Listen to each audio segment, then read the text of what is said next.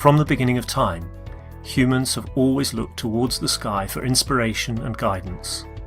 There has been a fascination with birds, stars, gods, goddesses, and other entities which seem to exist above us, and for many humans, a strong yearning to travel into space. Man has dreamt of flight since observing space, and now it is time to become the space traveller. The future of space travel requires us to understand from where we came, to see where we are going. Several thousand years ago, philosophers Mozi and Lu Ban from China were looking to the wind for flight. They invented kites using silk and bamboo, allowing for the later development of communication, measuring distances, testing the wind, and lifting men. The invention of the kite brought with it the desire to fly. The first known attempts at flight were typically by leaping off towers, known as tower jumping. People in China, India, and Europe first attempted flight this way. In 1670, Francesco Lana de Tarzi published a book that showed some interesting concepts. The concept of copper foil in a sphere with a vacuum would produce a vacuum airship. This is still not possible with today's materials. Francesco is recognized as the father of aeronautics, melding science and mathematics into aerial navigation.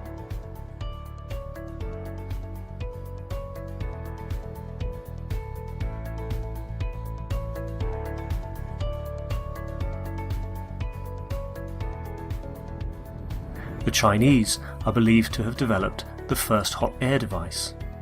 The Chinese lantern using hot air from a candle can take flight and was first used for signalling. The hot air balloon achieved the first human lift and advanced to what we know of as the Zeppelin. The first attempts at flight in a heavier-than-air flying machine were made by more than just the Wright brothers. Most attempts failed, however, they were the stepping stones for what was to come later. The oldest airport, College Park, is still in operation today. Airplanes evolved rapidly through the century, from propeller to helicopter to jet aircraft, and most of that technology is used today. During the Second World War, Germany developed rockets that could go a limited distance. The basic rocket technology used then is still used today. The space race started with the Soviet Union and the USA in 1957 and led to many developments for the next step, the moon. The spacecraft assigned as Apollo 11 was the first spacecraft to have landed on the moon. The space shuttle operated at tremendous cost. Burning the fuel proved to be wasteful and dangerous technology. The International Space Station, ISS, is a habitable artificial satellite that was assembled in low Earth orbit in 1998 with the use of the space shuttle. The ISS can often be seen with the naked eye from Earth. SpaceX, as a private aerospace producer and space transportation services company, was founded in 2002 by Elon Musk with the goal of reducing space transportation costs and enabling the colonization of Mars. SpaceX reuses the first stage of their primary rocket, Falcon 9, by vertical propulsive landings. Although, up to present time, it still uses the rocket fuel burning technology. Mehran Keshe has always said, the time for burning fuels is over, but did we need to start with that technology in the first place? Ancient cultures have suggested the use of an alternative means of transportation. With reference to possible plasma technology, you can go to New York from Brussels within 2 to 5 minutes. And most of this 5 minutes is actually landing and getting up. Mehran Tavakkoli Keshe was born in Iran in 1958. As the son of an X-ray engineer, he was introduced to the world of radiation and nuclear science at a very young age. In 1981, he graduated from Queen Mary, the University of London, as a nuclear engineer specialized in reactor technology system control. At that time, he developed a number of theoretical ideas related to more simple nuclear concepts and their applications. In 2002, he decided to finish the full design of his ideas about nuclear technology. This included the creation and control of gravity and energy by the use of nuclear materials in a clean and safe hydrogen reactor.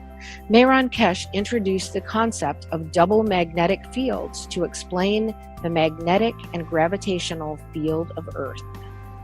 Unknown by the existing scientific community, he wrote a number of scientific papers in 2004 and sent them for peer review, such as the creation of black holes. When one of the persons performing the peer review used his information in public, he decided to draw back his papers and to concentrate further on building prototypes. Since the beginning of 2006, several prototypes of dynamic reactors have been built, some specifically designed to create hovering effects, similar to effects seen with magnetic levitation. Basic hovering effects have been achieved.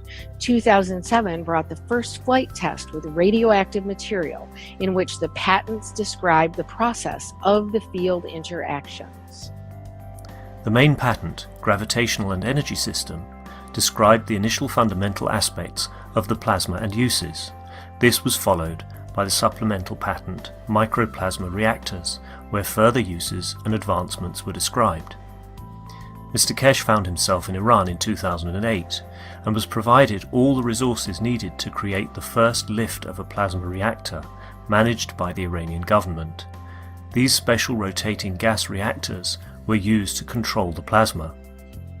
To bring a deeper understanding, Mr. Keshe released the first book in 2009, The Universal Order of Creation of Matters, which contained many new concepts released to the public. This included the PMTIC plasma magnetic fields, initial fundamental plasma and plasma dilution technology used for space reactors. The plasma technology was further developed and it manifested in weight fluctuation in a controlled environment. 2010 introduced a new state of matter called GANS, an acronym for gas in nanosolid state. The GANS produces fields to be used in the operation of the spaceship. Advanced flight tests were performed in Iran with the guidance of Mr. Keshe and the newly designed systems. Mr. Keshe tells us you can't bring all the doctors with you in space.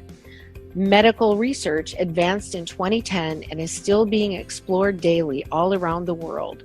The Keshe Foundation has provided knowledge for dealing with many medical conditions in space. A great example of plasma technology used for peaceful process is the capturing of the USA drone over Iran in December 2011. This drone was touted as one of the most advanced drones of its day and was caught by Iran using plasma to disrupt the communications. Plasma absorbs fields and the drone uses radio fields for piloting, a natural aspect of the plasma, a barrier of fields.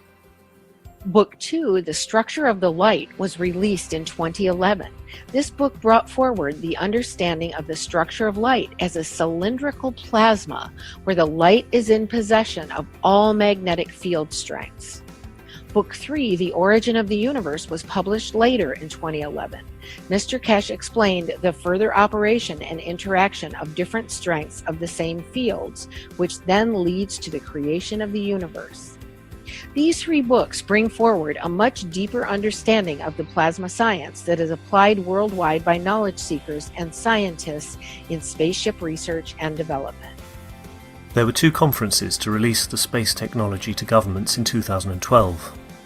The first international presentation in April, Keshe Foundation invited representatives of every country to the first presentation of the plasma technology. The second international presentation in September, Keshe Foundation invited the nations of the world through their ambassadors and their leaders to attend a gathering at the Keshe Foundation Center in Nenove, Belgium. Space travel requires peace. The implementation of the plasma technology brings greater responsibility.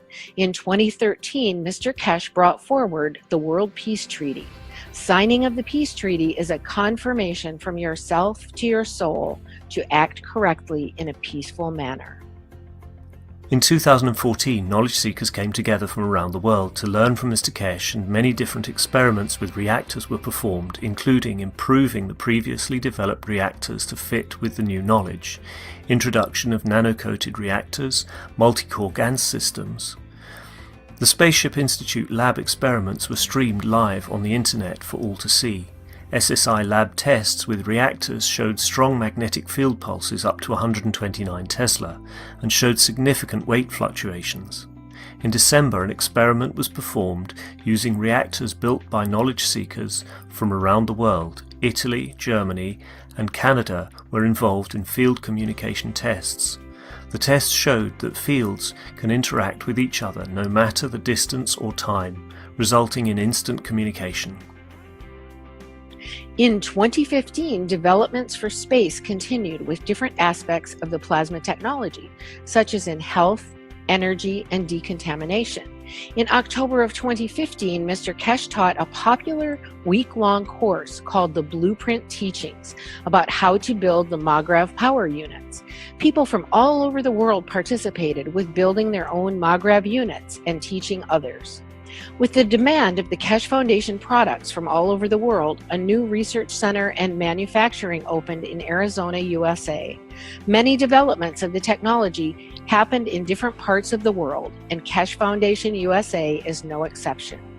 John and the team started performing experiments using different sensing tools. These tools allowed the team to visualize the MAGRAV fields and to show others their interactions. With reactor formations showing positive results, partaking in the knowledge together is easier and more joyful than ever. The fun has just begun, says MT Keshe. Mr. Keshe publicly teaches the space technology through the weekly Knowledge Seekers workshops. Plasma enthusiasts from around the world participate in gathering the knowledge and putting the puzzle together in the space race.